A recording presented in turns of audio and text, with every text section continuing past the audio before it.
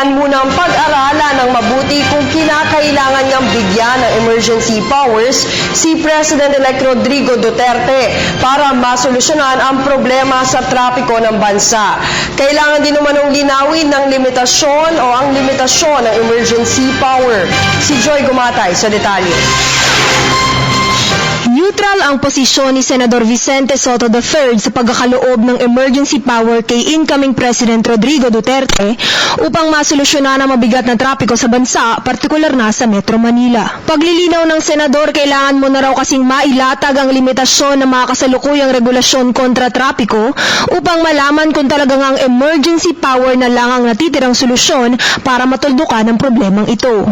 Dagdag pa ni Soto, pinakamahalaga pa rin ang matinding pagpapatupad ng mga rules and regulations sa pagkontrol ng trapiko sa Kalakhang, Maynila.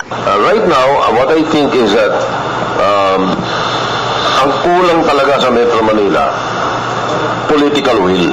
Suwestyon ni Senador Soto, maaari raw masolusyonan ang mabigat na trapiko sa bansa kung tulad ng Singapore ay pagbabawalan sa atin ang pagparada ng mga sasakyan sa kalsada.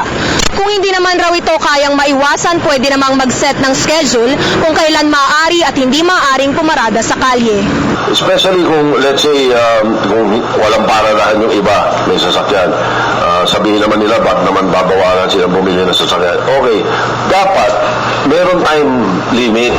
6 to 10 p.m., no parking. Buong Metro Manila. Kailangan man ng emergency powers yan? That is my question.